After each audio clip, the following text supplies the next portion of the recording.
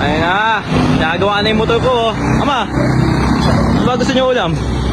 Uy, yun pala si pare ko, eh. Pare request niya. Ano ba? Dinakdakan. Oh. Para sa puso ko nasaktan. Agoy! Aray ko po! Tara. Aray ko po!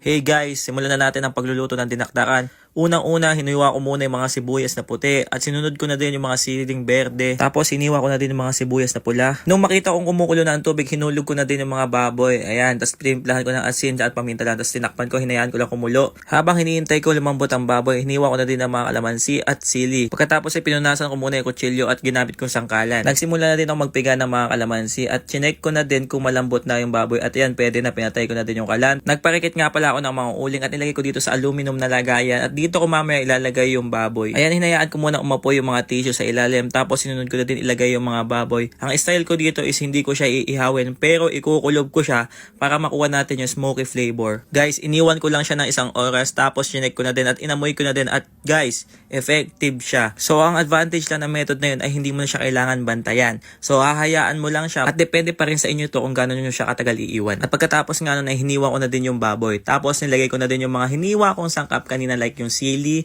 sibuyas, tapos nilagay ko na din yung rino, tapos yung calamansi juice, sinaluan ko na din siya ng paminta, nilagyan ko na din siya ng mayonnaise para lasan-lasa mo talaga. So yan, simpleng-simple lang siya guys, tapos hinalo-halo ko lang siya. At kung hindi pa pasok sa inyong panlasa, mag-adjust ka na lang, kasi lagi mo naman siyang ginagawa.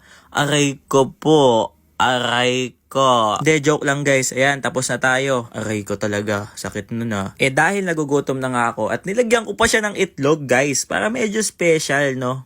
Sana all special. Ubus! Sakit nun ah. Habang iniintay mo siya, meron na pala siyang iba. Agay.